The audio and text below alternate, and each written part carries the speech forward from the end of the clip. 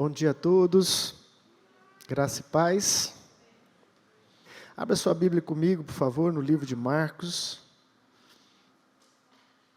Marcos capítulo 1, nós estamos numa temática sobre o reino de Deus. E assim vamos continuar por algum tempo, com a graça do Senhor. Marcos capítulo 1, versículo 14 e 15. Marcos capítulo 1, versículo 14 e 15. Depois que João foi preso, Jesus foi para a Galiléia proclamando as boas novas de Deus. O tempo é chegado, dizia ele. O reino de Deus está próximo. Arrependam-se e creiam nas boas novas. Amém. Curva a vossa cabeça aí sentado mesmo. Obrigado, Senhor, pela tua santa e poderosa palavra, pelo teu Espírito, pela revelação que o Senhor há de ainda entregar-nos, ó Deus, nessa manhã. Fale com cada um de nós, Pai. Que todo impedimento, Senhor, que todo obstáculo caia por terra, que as mentes, ó Deus, e os corações estejam abertos para o Evangelho de Jesus Cristo nessa manhã, em nome de Jesus. Amém. Amados, vou precisar que você se mantenha concentrado aqui na palavra. Nós precisamos ler alguns textos. Eu acredito que essa seja uma das palavras mais importantes que a gente possa ouvir. Não porque seja eu que vou estar ministrando a palavra, mas o tema, a importância do tema que nós vamos tratar aqui hoje, dando sequência a essa visão de reino de Deus. Primeira mensagem, nós esclarecemos o que era o reino de Deus, não é? Que é um domínio de Cristo em nossos corações, um reinado de Deus em nossos corações. E depois, nos outros domingos, nós começamos a entrar na temática de como entramos no reino. A primeira parte que nós vimos, nós falamos sobre arrependimento, não é? Exatamente nesse mesmo texto em que Jesus entregou a sua primeira mensagem, ele disse: arrependei-vos. E é impossível entrarmos no reino de Deus, numa vida espiritual, sem passarmos pelo arrependimento. Ensinamos sobre arrependimento, a diferença de remorso, arrependimento, o que é um verdadeiro arrependimento bíblico, que é se voltar contra, em direção contrária àquilo que fazíamos. E hoje, na sequência, ainda em cima desse mesmo discurso de Jesus, ele fala: arrependei-vos e creiam no Evangelho. Na NVI que nós lemos por aqui, já traz a versão simplificada, né, mais fácil de entender, que já traz a tradução da palavra evangelho, que significa exatamente isso, boas novas, ou boas notícias. Mas Jesus então coloca uma segunda condição necessária para se entrar no reino de Deus. A primeira, sem dúvida, é o arrependimento. Mas logo em seguida, como que um casamento perfeito, você tem que crer naquilo que aconteceu, naquilo que é o Evangelho. E é isso que nós vamos ver hoje. O que é o Evangelho? Porque Jesus disse que nós temos que crer nessa boa nova. E para crermos, nós precisamos entender do que se trata. Amém? Então, você não vai entrar no reino de Deus através simplesmente do arrependimento, se não houver a fé legítima e verdadeira no Evangelho de Jesus. Mas você também não entraria somente crendo na fé perfeita e completa do Evangelho se não houvesse uma mudança de coração, um arrependimento. Portanto, as duas coisas elas vão caminhar junto, elas vão se casar numa confluência em direção ao reino de Deus. Portanto, nessa manhã vamos estudar o que é Evangelho. Ou então vamos destruir um pouco, desconstruir o que não é Evangelho, né? O que não é Evangelho, por exemplo, é um testemunho pessoal de vida. Às vezes nós confundimos e falamos: estou pregando o Evangelho para a pessoa. Mas na verdade você está contando um testemunho de vida que aconteceu com você. Não estou dizendo que isso não é válido, pelo contrário, né? Essas experiências que a gente tem com Deus, elas são muito importantes e edificam muitas pessoas. Mas o Evangelho que Jesus Cristo se refere não é a sua experiência com Deus. Evangelho é mais do que a sua experiência com Deus. O Evangelho também não é, e esse é um outro ponto que muita gente confunde, um conjunto de regras a serem obedecidas. Eu estou agora no Evangelho.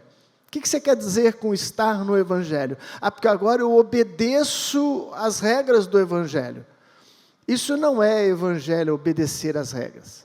Isso pode sim se tornar uma prática da sua vida, para começar a viver e a andar de maneira diferente, e sim obedecer a princípios, mas o Evangelho é mais do que regras estabelecidas para a obediência.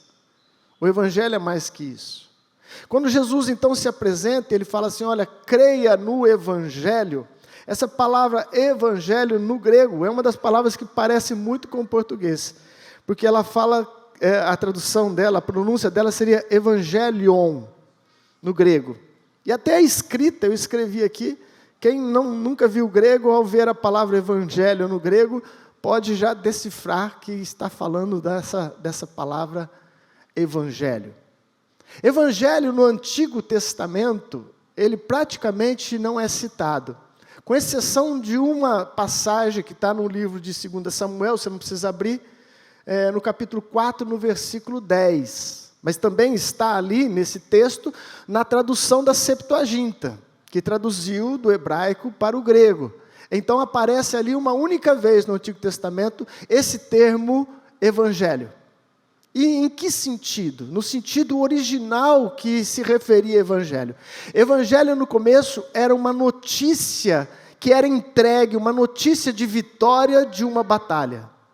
Então o mensageiro que venceu uma batalha, ele então se encarregava de levar a notícia ao rei, e este termo era assim falado como Evangelho. Ele levava uma boa notícia da vitória. Coisa que não aconteceu nesse texto de 2 Samuel. Por quê? Porque o mensageiro levou a boa notícia, achou que era boa notícia, e ele levou a notícia da morte do rei Saul. E Davi matou esse mensageiro. Diga-se de passagem, ele não gostou da notícia. Aquilo que seria evangelho, né? Levar uma boa notícia, uma boa nova, neste caso, nessa passagem do Antigo Testamento, não foi uma boa nova. Mas, em compensação, no Novo Testamento, a palavra evangelho é muito usada. 76 vezes é usada este termo evangelho, que exatamente significa, conforme a tradução aí da NVI, boas notícias, boas novas. Amém? Então, quando Jesus se apresenta, anunciando o reino de Deus, olha, o tempo é chegado, o reino de Deus está próximo, arrependei-vos e creiam no Evangelho. Ele está dizendo, olha, creiam nas boas notícias. E o que é o Evangelho, afinal? Eu trouxe uma definição que eu acho que mais se aproxima do que é Evangelho na sua essência. Evangelho é o próprio evento de Cristo, o Cristo crucificado, sua obra completa na cruz. Isto então é Evangelho. Então, quando você fala que é um evangélico, que é uma palavra que deriva de evangelho, é até interessante que depois a gente começa a analisar os termos que a gente usa, né? Da onde surgiu isso, né? Ah, eu sou evangélico, né? Então você subentende que você é alguém que pratica os princípios do Evangelho. Porque os 4 primeiros livros do Novo Testamento também são chamados de Evangelho de Jesus Cristo, não é? Mateus, Marcos, Lucas e João. Mas Evangelho, na sua essência, é Cristo. Cristo é a boa nova. Cristo é o Evangelho. Essa é a boa notícia que Jesus veio apresentar. Olha, a boa notícia sou eu, em outras palavras, Jesus estava dizendo. Eu sou o Evangelho. E então ele dá essa recomendação como um princípio para se entrar no reino. Você precisa crer no Evangelho. Precisa crer no Evangelho. E quando pensamos em crer no Evangelho, é lógico que é um tema extenso, que necessitaria de um estudo prolongado, ou talvez mais de um dia, para estudarmos todos os detalhes do que é exatamente crer no Evangelho. Mas é lógico que eu vou resumir e construir aqui um tripé dos 3 pontos cruciais, importantes, que nós podemos definir que é crer no Evangelho. Abra comigo, por favor, no livro de Coríntios, primeira carta de Paulo aos Coríntios, no capítulo 15, no versículo de número 8, o apóstolo Paulo aqui vai trazer esse tripé para a gente pensar aqui nessa manhã, e sondar os nossos corações. Será que eu creio no Evangelho de Jesus Cristo? Eu acredito que sim.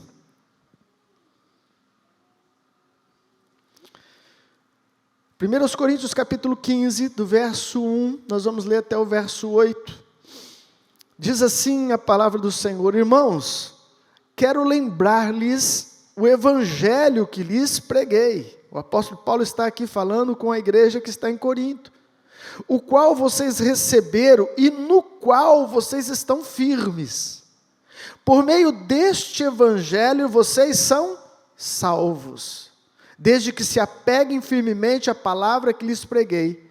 Caso contrário, vocês têm crido em vão. Pois o que primeiramente lhes transmiti foi o que eu recebi: que Cristo morreu pelos nossos pecados, segundo as Escrituras, foi sepultado e ressuscitou no terceiro dia, segundo as Escrituras, e apareceu a Pedro e depois aos 12. Depois disso apareceu a mais de 500 irmãos de uma só vez, a maioria dos quais ainda vive, embora alguns já tenham adormecido. E depois apareceu a Tiago, e então a todos os apóstolos. E depois destes apareceu também a mim, como a um que nasceu fora do tempo. Paulo está instruindo a igreja de Corinto acerca do evangelho que ele ensinou. E ele falou: olha, esse evangelho que eu entreguei para vocês é o evangelho que vai trazer salvação para a vida de vocês. A não ser que vocês desistam deste evangelho, a não ser que vocês não se apeguem a ele. E ele define a essência deste evangelho, esse tripé do evangelho, que é crermos que Jesus Cristo é o Messias, crermos na sua obra da cruz em substituição e crermos na sua ressurreição. Este é um tripé maravilhoso que você poderia estender para quase todas as doutrinas do Novo Testamento, mas é a sustentação básica. Portanto, quando Jesus estava dizendo, olha, creiam no Evangelho, estava em mente exatamente essas três partes fundamentais que eu e você temos que pensar. Eu creio de fato no Evangelho de Jesus Cristo? Então eu quero compartilhar esses 3 pontos de uma forma assim bem mais suave possível para você. E a primeira delas é entendermos que Jesus é o Cristo. O que significa o Cristo? Cristo não é sobrenome, né? Algumas pessoas acham que Jesus chamava Jesus Cristo e Cristo era o sobrenome. Que nem o meu Éder Nelson. Não, Cristo é a palavra grega da tradução do hebraico de Messias, que significa o ungido, o ungido. Então Jesus Cristo está dizendo que Jesus é o prometido, o ungido, aquele que todo Israel esperava. E quando eu digo todo Israel esperava, gente, é porque foi revelado a eles a vinda do Messias. Porque se tivesse sido revelado a todos os povos, eu acho que todos os povos da época também aguardariam o Messias, o Salvador, o nosso Senhor Jesus Cristo. Jesus significa o Senhor é salvação. Yahvé é salvação. Portanto, o primeiro ponto, meu querido, que não pode ter dúvida no teu coração é a respeito. Jesus é o Messias, o prometido. Você já se perguntou nessa sua convicção interna, Jesus Cristo é verdadeiramente o Messias? Porque o Messias vem sido prometido no Antigo Testamento para o povo hebreu desde o comecinho de todas as coisas. A primeira palavra profética foi entregue pelo próprio Deus, numa sentença no livro de Gênesis, capítulo 13, versículo 15, quando ele está dando uma sentença à serpente, que foi um animal usado pelo diabo na tentação de Adão e Eva. E ele diz, olha, eu colocarei inimizade entre ti e a mulher, entre a sua descendência e o seu descendente, falando que haveria de vir de uma mulher um descendente. E a promessa e a profecia foi cumprida em Jesus Cristo, porque diz, ele pisará, esmagará a cabeça da serpente, mas a serpente ainda vai morder o seu calcanhar. Primeira palavra profética no livro de Gênesis, que haveria de vir um descendente, nascido de mulher, o chamado Messias, o esperado. Então a construção é muito simples, vocês já estão conhecedores da palavra de Deus, mas só passando rápido, Deus precisava então preparar uma descendência, preparar um povo, para trazer quem? O Salvador. Ele nasceria de mulher, não desceria de paraquedas, não cairia do céu, caiu o Salvador, ele veio descendo. Não, a promessa é que seria um descendente da mulher, nasceria de forma natural, humana. Portanto, Deus precisava preparar um povo. Ele não poderia chamar uma mulher qualquer, de um lugar qualquer, e ali então trazer o Salvador ao mundo. E a história começa lá em Abraão, que todo mundo conhece. Deus chama Abraão, fala, Abraão, eu vou fazer de você uma nação poderosa. E ali vem crescendo todo esse desenrolar do projeto de Deus com o povo hebreu. E em tempos, Deus entregava uma promessa. A Davi, ele disse, olha, um descendente que vai sair de ti. O seu reino será eterno e nunca passará. Ele estava apontando da onde nasceria o Salvador, de qual descendência? Da descendência de Judá, da tribo de Judá. E ele vem construindo a história, e os profetas se levantando e proclamando a vinda do Messias. Tanto é, meus queridos, que todo Israel aguardava o Messias. Todo Israel aguardava. Todos estavam de antena ligada. Quem surge neste cenário? Será o Messias? Hoje a igreja está ao contrário, né? Está todo mundo de antena ligada esperando o anticristo. Será que ele já surgiu? Será que ele está no armário? Será que ele é um desses presidentes? E eu vi uma coisa engraçada a respeito dessas profecias, né? Do cidadão que profetizou que o anticristo era um presidente antigo dos Estados Unidos, né? Mas passou o tempo, o cidadão morreu e tudo, aí levantou um outro presidente. Aí lá veio uma nova profecia. Não, esse é o anticristo. Eu falei assim, mas você não falou que era aquele outro? Eu falei assim, não, mas agora eu estou na versão revista e atualizada. Já mudou de novo. E nós estamos esperando o anticristo. Alguns estão esperando o anticristo, né? Numa expectativa ruim. Cadê o homem da iniquidade? Mas Israel esperava o verdadeiro Messias. Aguardava o Messias. Então Jesus surge nesse cenário. E então ele traz todos os adjetivos possíveis, confeitos no poder de Deus, para confirmar a veracidade de que Jesus era o Messias. Houve um grande profeta, que alguns acham que duvidou dessa posição de Jesus de ser o Messias. O nome dele é João Batista. Abra comigo no livro de Mateus capítulo 11. João Batista, o grande profeta, que teve uma revelação maravilhosa acerca de Jesus, que nós vamos falar disso daqui a pouco. Em um momento em que ele estava na prisão, ele então paira uma dúvida, talvez no seu coração. E ele então manda os seus discípulos perguntarem a Jesus. Vamos lá comigo, Mateus capítulo 11. Versículo de número 2 ao 6. Está comigo aí, João? E o João prega comigo aqui, ó. João, ao ouvir na prisão, o que Cristo estava fazendo, enviou os seus discípulos para lhe perguntarem, és tu aquele que haveria de vir, ou devemos esperar algum outro? Olha a pergunta de João Batista. És tu o Messias? És tu a esperança de Israel? És tu o objeto dos nossos sonhos? Ou será que vai surgir ainda algum outro? Eu não vejo incredulidade em João Batista nisso. O que eu vejo é que João Batista, sendo também um judeu, crescido, nascido na Judéia, ele, lógico, foi instruído nas Sagradas Escrituras acerca da vinda do Messias. E o Antigo Testamento, quando falava da vinda do Messias, envolvia nessa vinda um reino, um domínio.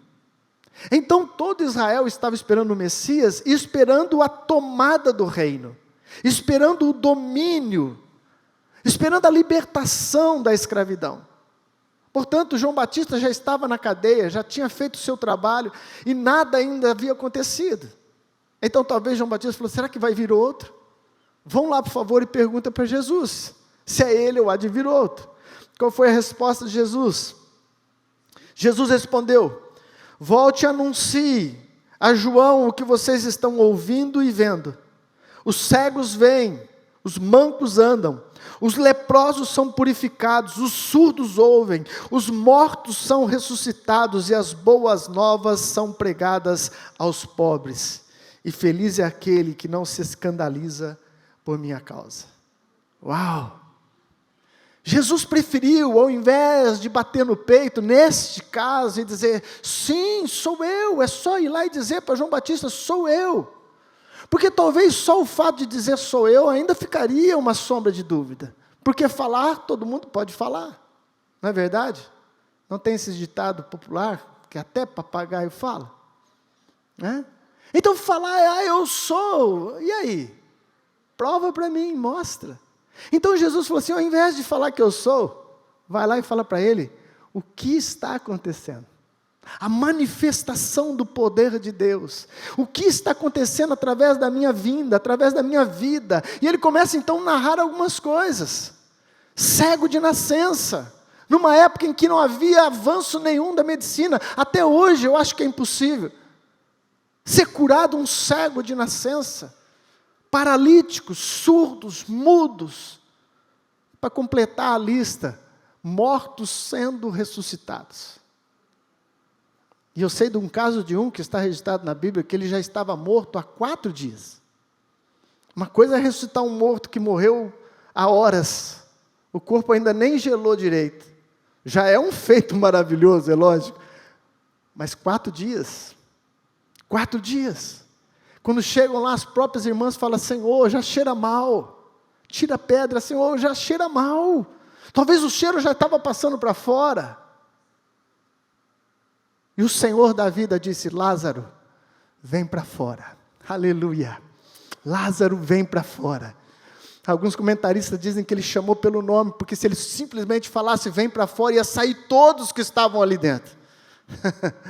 É você, Lázaro, que eu estou chamando, Lázaro, vem para fora. Este homem andou sobre as águas, este homem deu ordem aos ventos, e os ventos lhe obedeceram. Este homem deu ordem à árvore, e a árvore parou de frutificar. Este homem marcou a história humana. Seria ele um impostor? Seria ele alguém que estava enganando e enganou a todos?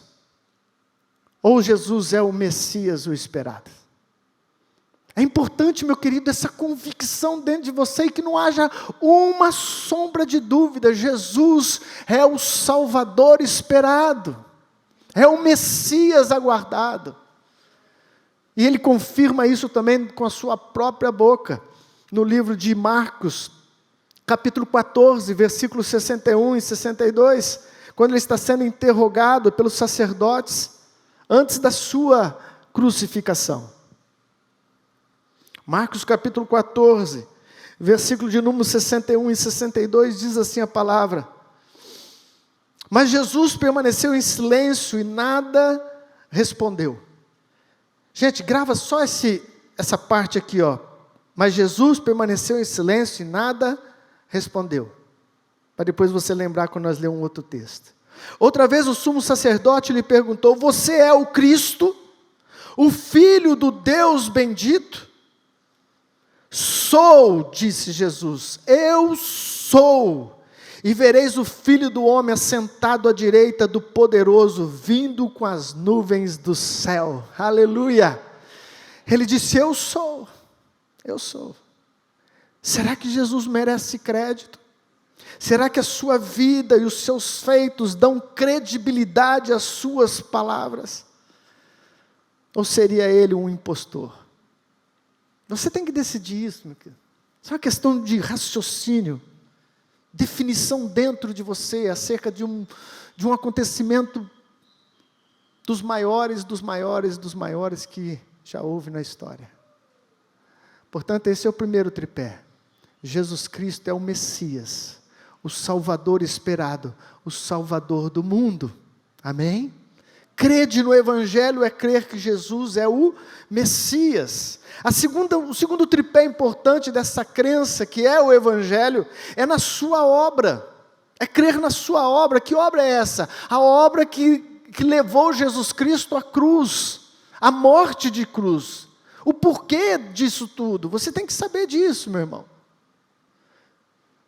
Muito embora os ensinamentos de Jesus foram maravilhosos, e nós somos muito abençoados por tudo aquilo que Jesus ensinou e fez através do poder de Deus. Mas o seu maior feito não foram os seus ensinos. O seu maior feito foi a sua obra. Porque se Jesus tivesse vindo e ter ensinado a gente, nós seríamos pessoas melhores, mas condenadas para o inferno da mesma maneira. O que muda a história foi o que Jesus fez, a sua obra. A sua obra é uma cruz vazia. É uma cruz vazia. E quando Jesus disse, creia no Evangelho, você tem que entender essa substituição que aconteceu na cruz. Isso é um tripé da sua crença que não pode ser minada por nada. O livro de Hebreus fala, você não precisa abrir, Hebreus 9:22, diz que sem derramamento de sangue não há remissão de pecados. E a Bíblia, meu querido, de Gênesis até Apocalipse, ela está manchada por sangue. Toda a história bíblica está respingada com sangue. Por quê? Porque o sangue era necessário, porque isso era uma pré-figuração a respeito de Cristo. O primeiro animal sacrificado está lá no livro de Gênesis. Já repararam que quando Adão e Eva pecaram e se acharam nus, Jesus também, Deus providenciou para ele vestes de peles de animais. Ali, os animais já foram sacrificados, o sangue já foi derramado. Não tinha como vestir eles com animal vivo, não é? Ali acontece o primeiro sacrifício. E a história dos hebreus, ela vem sendo construída da mesma forma como Deus chama Abraão e construiu a vinda do Messias. Deus vem construindo na mente do povo hebreu a necessidade do derramamento de sangue, a necessidade de um sacrifício, a necessidade de uma substituição. E é isso que nós vemos por todo o Antigo Testamento. Deus então cria o culto, e no culto está impregnado o sacrifício de animais. Havia vários tipos de sacrifício, e alguns não eram de animais. Havia ofertas de cereais e etc. Mas o sacrifício para encobertar, apaziguar a questão do pecado, envolvia o sacrifício de um cordeiro. Como que era feito, bispo? Simples. Havia um ritual de transferência. As pessoas impunham as mãos no cordeiro, numa simbologia de que o cordeiro, naquele momento, estava levando as suas faltas, levando os seus pecados. Então este cordeiro, ele era imolado, ele era sacrificado, e aquele sangue era aspergido sobre o povo, era aspergido sobre o altar. E essa construção vem vindo no Antigo Testamento todo. Por quê? Porque Deus estava dizendo, vai vir um, e Ele será o sacrifício perfeito, Ele será o Salvador do mundo.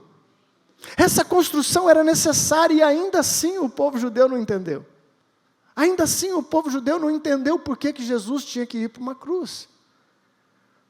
Mas sem derramamento de sangue, não há remissão de pecados. Então vem Jesus, e esse texto é lindo, João capítulo 1, versículo 29, Jesus vem para ser batizado por João, esse mesmo João Batista, que mandou perguntar se Jesus era mesmo ele, ou se teria que vir outro. Olha a revelação que João teve acerca de Jesus, João capítulo 1, versículo 29, eu faço questão de ler esse texto. No dia seguinte, João viu Jesus aproximando-se e disse, vejam, É o Cordeiro de Deus que tira o pecado do mundo. Oh, aleluia! Toda a construção do Antigo Testamento, ela se afunila na pessoa de Jesus Cristo. Então Jesus Cristo vem, e Ele é lembrado até no livro de Apocalipse, o Cordeiro, nós cantamos agora há pouco, o Cordeiro que está sentado no trono. Então essa construção teológica vem sendo construída, e quando Jesus então é visto por João Batista, ele fala: eis ali, eis ali o Cordeiro que tira o pecado do mundo. Não vamos mais precisar de carneirinhos, não vamos precisar mais de bode, não vamos precisar mais de pombinhos. Agora é o sacrifício perfeito, agora é Deus redimindo a humanidade. Jesus Cristo, o substituto, o nosso Cordeiro Pascal. É por isso que nós chamamos também Jesus do Cordeiro Pascal. Porque toda aquela simbologia do Antigo Testamento, como por exemplo a Páscoa, que é celebrada até hoje, foi quando os judeus mataram um cordeiro e aspergiram o sangue nos umbrais das portas, e foram livres do anjo destruidor. Tudo isso estava apontando para o nosso Senhor Jesus Cristo. E não tem uma descrição mais maravilhosa do que o profeta Isaías, no capítulo de número 53. Abra lá comigo Isaías 53. Ali Isaías então dá um show do que aconteceu. Uma descrição minuciosa. Lembrando que os profetas do Antigo Testamento profetizaram centenas de anos antes de Cristo. Amém? A história ainda não tinha acontecido. Eles estavam profetizando. Isaías capítulo 53, do verso 4 em diante, ele começa a descrever este momento do Cordeiro. Começa a descrever esse Jesus que o povo judeu ainda não entendeu o que é. Certamente Ele tomou sobre si as nossas enfermidades, e sobre si Ele levou as nossas doenças. Contudo, nós o consideramos castigado por Deus atingido e afligido. Mas Ele foi transpassado por causa das nossas transgressões. Ele foi esmagado por causa de nossas iniquidades. O castigo que nos traz a paz estava sobre Ele, e pelas suas feridas fomos curados. Todos nós, tal qual ovelhas, nos desviamos, cada um de nós se voltou para o seu próprio caminho. E o Senhor fez cair sobre Ele a iniquidade de todos nós. Que descrição de Isaías. Eu comecei do versículo 4. Mas se você começar a ler anteriormente, todo este capítulo aqui, ele está profetizando acerca da vinda de Cristo. E ele fala exatamente do momento em que Cristo não abre a boca. Como uma ovelha, ele vai ao matadouro. E isso falei para vocês se lembrarem, porque aquela descrição do julgamento de Jesus. Muitas vezes os sacerdotes, e até mesmo Pilatos, falavam: mas você não fala nada. Você não se defende. Você não sabe que eu tenho o poder de te livrar ou de te condenar. E Jesus permanecia calado, como uma ovelha muda, levado ao matadouro. Meu irmão, essa é a obra de Cristo. A fé em Jesus Cristo, a fé no Evangelho, nos remete a essa obra.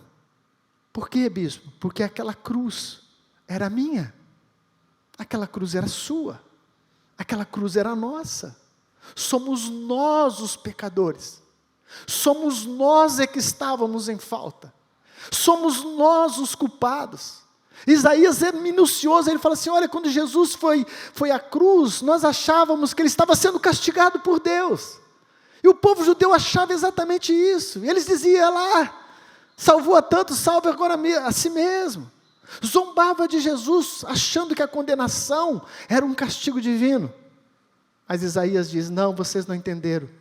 Ele está sendo transpassado por causa das nossas transgressões. Das nossas. Fé no Evangelho, meu irmão, é entender que a cruz foi uma substituição de Deus para a salvação da humanidade. Jesus tomou o seu lugar, meu irmão. Jesus tomou o nosso lugar. Essa fé é poderosa, meu irmão. Essa fé é poderosa, não para você ter carro zero, conquistar o mundo. Essa fé é poderosa para gerar vida na sua vida, no seu coração, vida eterna. É disso que Jesus falava, creia na boa notícia. Jesus dizia, eu sou a boa notícia. Aleluia. Esse é o segundo tripé. Primeiro, Jesus é o Messias, o esperado enviado. Segundo, a sua obra, a sua cruz, tomou o meu lugar. Em terceiro lugar, e não menos importante, é você entender e crer na sua ressurreição. Jesus não permaneceu morto. Se Jesus houvesse feito tudo isso, mas não ressuscitasse, o próprio apóstolo Paulo disse, se Jesus não ressuscitou, é vã a nossa fé. Nós estamos perdendo tempo. Por quê, amados? Porque a ressurreição é o troféu. A ressurreição é o selo de Deus, é a autentificação de vitória. Se não houvesse ressurreição, não haveria esperança para nós. Jesus foi o primeiro de muitos que virão. O primeiro a experimentar o corpo glorificado. A ressurreição para a vida. E algumas pessoas têm dificuldade de crer na ressurreição. Você já sondou o seu coração? O que você pensa acerca da ressurreição? É possível, bispo, nós testificarmos de forma conclusiva que a ressurreição aconteceu? É um fato mesmo, nós podemos bater em cima disso e falar assim, Jesus ressuscitou. Nesse mesmo texto que nós estamos construindo esse tripé, 1 Coríntios capítulo 15, volta lá nele para mim, porque o apóstolo Paulo aqui dá um argumento muito proveitoso para a gente pensar. 1 Coríntios 15, falando acerca da ressurreição.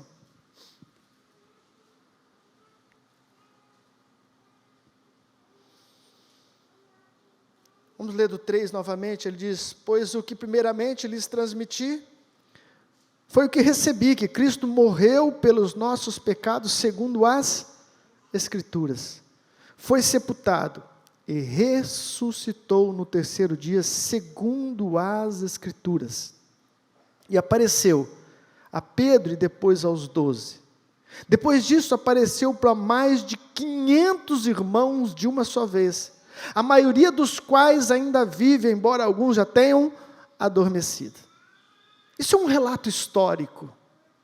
Isso é o que Pedro falou, não estamos apresentando para vocês uma fábula, um conto de fadas, não. O que o Evangelho, o que a Bíblia nos apresenta, são fatos concretizados. A ressurreição de Jesus é um fato histórico. Como assim, bispo? Sim. Como é que a gente sabe, né, que o Brasil foi descoberto por Pedro Álvares Cabral? Tem alguém aqui que estava lá no dia? Temos aqui alguma testemunha? Lógico que não. Não vivemos neste tempo. E por que é que se ensina nas escolas? E por que é que a gente afirma que isso é um fato e que é verdade? Porque foram registrados na história o fato, com testemunhas que presenciaram tal fato. Isso é história. Então, Pedro Álvares Cabral descobriu o Brasil, por quê? Porque está escrito na história, comprovada por testemunhas. Por que a gente pode dizer com toda certeza, e não é nem uma questão agora de fé, mas fato histórico, que Jesus ressuscitou? Porque foi escrito acerca disso, e havia inúmeras testemunhas que testificaram a ressurreição de Cristo. Paulo cita aqui centenas, 500 pessoas. E ele diz, olha, e muitas ainda estão vivas hoje, na época em que ele estava escrevendo a carta. Eram testemunhas oculares, pessoas que viram com seus próprios olhos. Eu não sei quantos de vocês têm noção da força que é uma testemunha ocular. Testemunha que presenciou, que viu o fato. Eu nunca me esqueço, quando eu trabalhava aqui, tinha um ponto de caminhão, que era bem aqui embaixo, na Fábio Barreto. Quem é das antigas aí lembra que tinha um ponto de caminhão ali? Só eu, né? Valeu. Ali era o ponto de caminhão, né? E ali é uma avenida muito movimentada, e a gente ficava ali nos veículos esperando chegar o cliente, né? E certa vez eu estava sentado no caminhão meu ali, e o trânsito, por algum motivo, parou na avenida, e aí houve um engarrafamento de carro batendo, né? Aquele que bate num, o outro bate no outro, bate no outro, foram 5 veículos ao todo. Mas eu estava assistindo de camarote, eu estava sentado ali no caminhão, e eu vi exatamente o primeiro carro que causou todo este estrago. Era um rapaz jovem, num Voyage preto, lembro como se fosse hoje. Por descuido, não sei qual foi o motivo, mas eu sei que ele se chocou com o primeiro carro, e assim ele foi empurrando, né, um efeito dominó e batendo nos outros carros. O que aconteceu nesse dia? Entre esses carros tinha um senhor com uma senhora idosa, e ela começou a passar mal diante dessa situação. Então ele tinha um Fusca bege, lembro como se fosse hoje também. Ele chegou na gente que estava ali, né, os curiosos que chegam depois que acontece, falou assim, olha, minha esposa está passando mal, eu vou levar ela para o hospital. E nós estávamos ali e falamos assim, está certo, leva ela, né, corre com ela. E ele tirou o carro dele do acidente e para levar a esposa que estava passando mal. Bom, acabou a história ali, a polícia chega, tal, desenrolou, né? Passado alguns anos, veio uma intimação para mim, né? Uma intimação para... Não, perdão, antes de vir a intimação, esse senhor que foi levar a esposa que estava passando mal, me procurou ali, procurou a gente ali. Perguntou, alguém que está aqui viu o acidente? E tal, e eu falei assim, eu vi o acidente. Ele falou, mas você viu certinho? Eu falei, vi de camarote. Eu estava sentado ali no caminhão, eu vi certinho. Ele falou assim, então, rapaz, você lembra que a minha esposa passou mal, tal. E eles estão me culpando de causar todo o acidente, porque eu saí do local, não tinha como se defender, e jogaram tudo para cima dele. Ele falou, tem como você testemunhar acerca do que você viu? Eu falei assim, tem como. Eu falei, não posso negar isso. Aí, então, eu fui intimado, e no dia da audiência lá, estava todos os envolvidos, e estava esse jovem, né, do tal do Voyage. E, infelizmente, ou felizmente, eu tive que, né, olhar bem para ele e falar assim, olha, quem causou esse acidente foi o rapaz. Ele chocou no outro carro e causou todo o acidente. Eu acho que eu ganhei um inimigo ali, né? Depois acho que eu nunca mais vi ele. Mas resumindo a história, a força que foi uma testemunha ocular. Alguém que estava presente disse, não me contaram, não. Eu não ouvi falar, eu vi. A ressurreição de Jesus, amados, é exatamente isso. Não foi uma pessoa em secreto, não foram somente os apóstolos, que poderia dizer, mas é forjado, é combinado, porque eram os apóstolos de Jesus. Pessoas das mais diferentes, vividas naquele tempo, presenciaram a ressurreição de Jesus Cristo. Jesus Cristo ressuscitou. Amém, igreja? Ressuscitou. E esse é um tripé necessário da minha fé, porque se Jesus não venceu, nós não temos vitória. Mas porque ele venceu, meu querido, o símbolo do cristianismo continua sendo uma cruz vazia e um túmulo também vazio.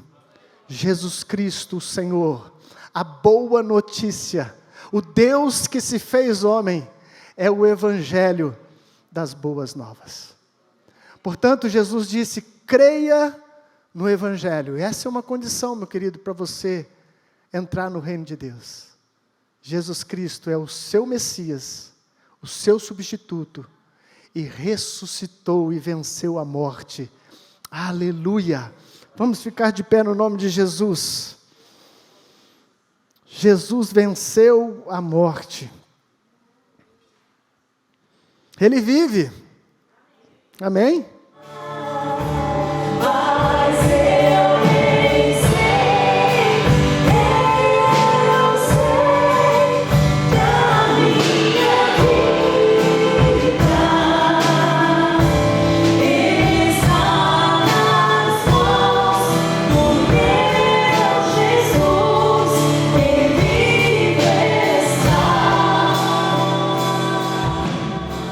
Aleluia.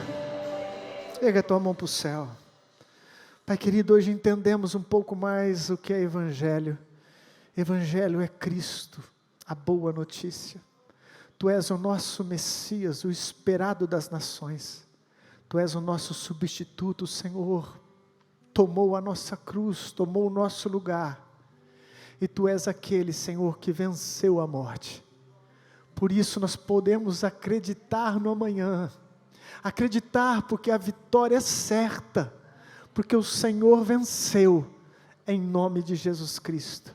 Edifica, Senhor, essas verdades em nossos corações, para quando vier as lutas, os ventos contrários, Senhor, o Teu povo permaneça firme de pé, centrado numa fé que não vacila e que não é agitada pelas ondas, mas uma fé firme e consciente em Jesus, o Cristo de Deus. Que o grande amor de Deus Pai, a graça do nosso Senhor Jesus Cristo e a doce presença do Espírito Santo esteja conosco, com todo o povo de Deus, hoje e para sempre. Amém. Deus te abençoe. Bom domingo. Em nome de Jesus.